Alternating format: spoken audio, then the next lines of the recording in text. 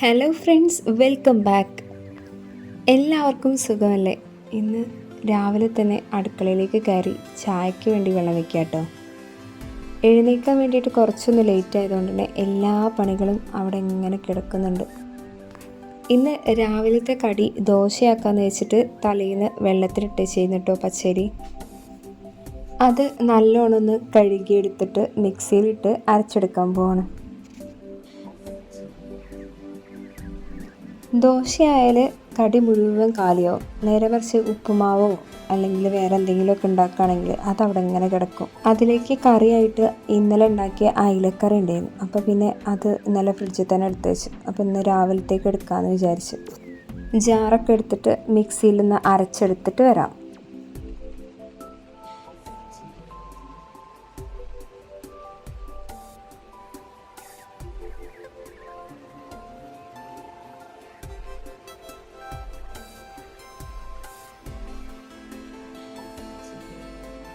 അതിൻ്റെ ഇടയിൽ ബൂസ്റ്റ് ഉണ്ടാക്കാൻ വേണ്ടിയിട്ട് കുറച്ച് ബൂസ്റ്റ് പൊടിയും പാൽപ്പൊടിയും ഇട്ടാണ്ട് അതിലോട്ട് തിളച്ച വെള്ളം ഒഴിച്ചു കൊടുക്കുന്നുണ്ട് കേട്ടോ.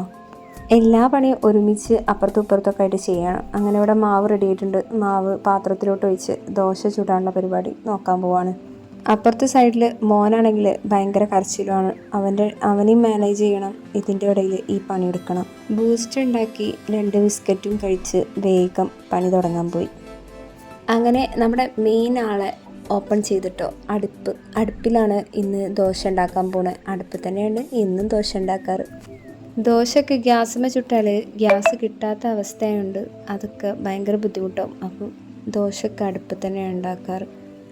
കുറച്ച് ഉണ്ടാക്കാനുള്ളൂ. ഇപ്പോൾ അത്ര ആൾക്കാരൊന്നും ഇല്ല. പക്ഷെ എന്നാലും അടുപ്പത്ത് ഉണ്ടാക്കുമ്പോൾ അത് കഴിഞ്ഞ പാടെ തന്നെ ചോറും കറിയും ഒക്കെ അങ്ങനെ ഉണ്ടാക്കാം.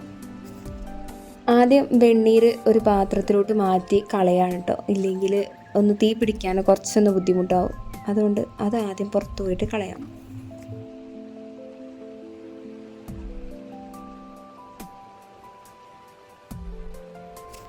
ഇന്നെന്താണെന്നറിയില്ല, അടുപ്പിന് തീ കത്താൻ കുറച്ച് ഒരു ഇഷ്ടക്കേടുണ്ടായിരുന്നു.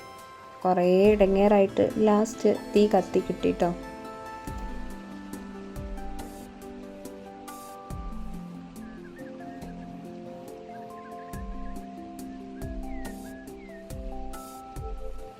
അങ്ങനെ ഓരോ ദോശയും ചുട്ടെടുക്കാൻ പോവാട്ടോ.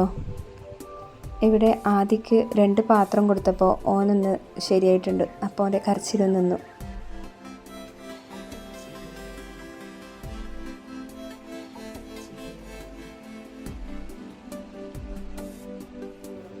ഇവിടെ ദോശ ആക്കുന്ന ടൈം കൊണ്ട് തന്നെ ഇപ്പുറത്ത് ഗ്യാസ്മേൽ ഗരം മസാലയ്ക്കുള്ള പൊടിയാക്കാൻ വേണ്ടിയിട്ട് ചൂടാക്കാം കേട്ടോ. പൊടിയൊക്കെ കഴിഞ്ഞിട്ടുണ്ടായിരുന്നു. അപ്പോൾ വേഗം ഇങ്ങനെ സൈഡിലിതാക്കി കഴിഞ്ഞാൽ ആ പണി അവിടെ കഴിയും.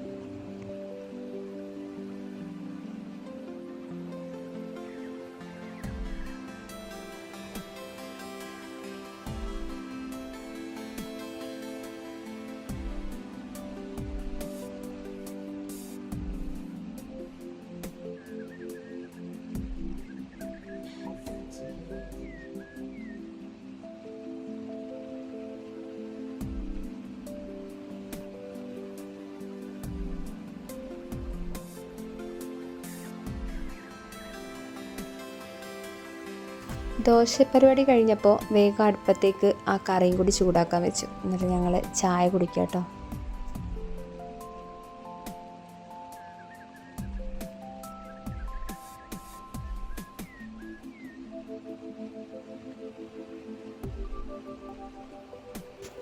രാവിലത്തെ ചായപ്പരിപാടി കഴിഞ്ഞ പാടെ തന്നെ ഒരുപാട് പാത്രങ്ങൾ സിങ്കിലുണ്ടായിരുന്നു. അപ്പോൾ അതൊക്കെ അപ്പം തന്നെ കഴുകി വെച്ചാൽ ഒരുപാട് പണികൾ പെൻഡിങ് കിടക്കൂല.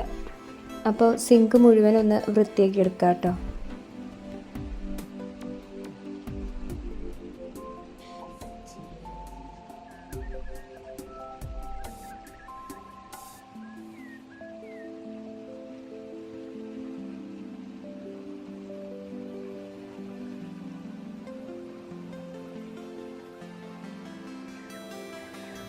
പാത്രമൊക്കെ കഴുകി അവിടെയൊക്കെ തുടച്ചതിന് ശേഷം വേഗം ഞണ്ടുണ്ടായിരുന്നു. ഞണ്ടാണെന്ന് ഉച്ചത്തേക്ക് ആക്കാൻ. അപ്പോൾ അത് വേഗം ക്ലീൻ ചെയ്തെടുത്തു.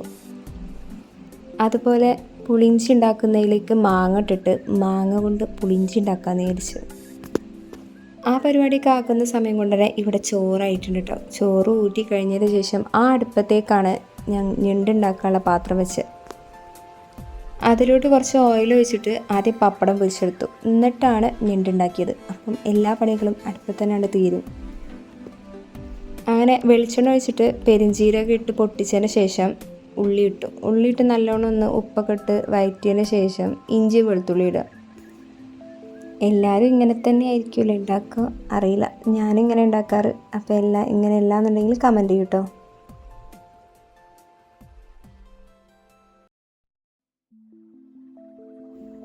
ഇഞ്ചി വെളുത്തുള്ളിയും കുത്തിയതിന് ശേഷം അതിലോട്ട് ഇട്ടിട്ട് നല്ലോണം വഴറ്റിയെടുക്കുക. എന്നിട്ട് വേണം തക്കാളി ഇടാൻ.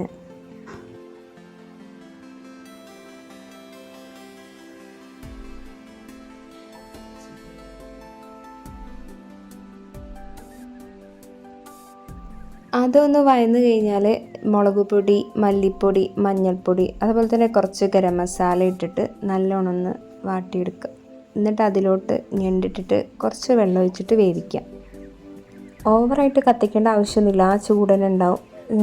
ചേരിയൊക്കെ ഇട്ട് നമ്മൾ ഓൾറെഡി കത്തിച്ചുകൊണ്ട് അതിൽ കനലിൽ തന്നെ അത് വേവാനുള്ള കനലായി തന്നെ ഉണ്ടാവും. അങ്ങനെ ഇതൊക്കെ അടുപ്പത്ത് വെച്ചിട്ട് നമുക്ക് വേറെ എല്ലാ പണികളും എടുക്കാം. അടിച്ചു വാരാൻ പോവുക, തുടയ്ക്കാൻ പോവുക, അതാണ് അടുപ്പിൻ്റെ ഒരു ഉപയോഗം. നിങ്ങളെല്ലാവരും അടുപ്പത്താണോ ഇപ്പം ഉണ്ടാക്കാറ്, അതോ ഗ്യാസിന്മേൽ തന്നെയാണോ? അടുപ്പത്ത് ഇതൊക്കെ വെച്ചിട്ട് വറ്റിച്ചെടുക്കുമ്പോൾ വേറൊരു ടേസ്റ്റ് തന്നെ കേട്ടോ. ഗ്യാസിനെക്കാട്ടിയൊക്കെ നല്ലൊരു വേറൊരു ടേസ്റ്റ് തന്നെ ഇതിന് കിട്ടും.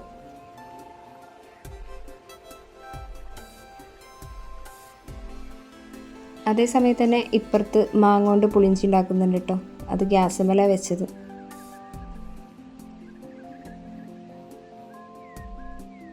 അങ്ങനെ ചോറിലോട്ടുള്ള കറിയും എല്ലാം റെഡി ആയിട്ടുണ്ട്. അപ്പോൾ ഇന്നത്തെ വീഡിയോ ഇത്രയേ ഉള്ളൂ. വീഡിയോ ആദ്യമായി കാണുന്ന കൂട്ടുകാർ എപ്പോഴും പറയുന്ന പോലെ ഒന്ന് സബ്സ്ക്രൈബ് ചെയ്യുക, സപ്പോർട്ട് ചെയ്യുക. അതുപോലെ തന്നെ വീഡിയോ ലൈക്ക് ചെയ്യാതെ പോകരുത്. അടുത്ത വീഡിയോയിൽ കാണാം. അതുവരെക്കും ബായ്.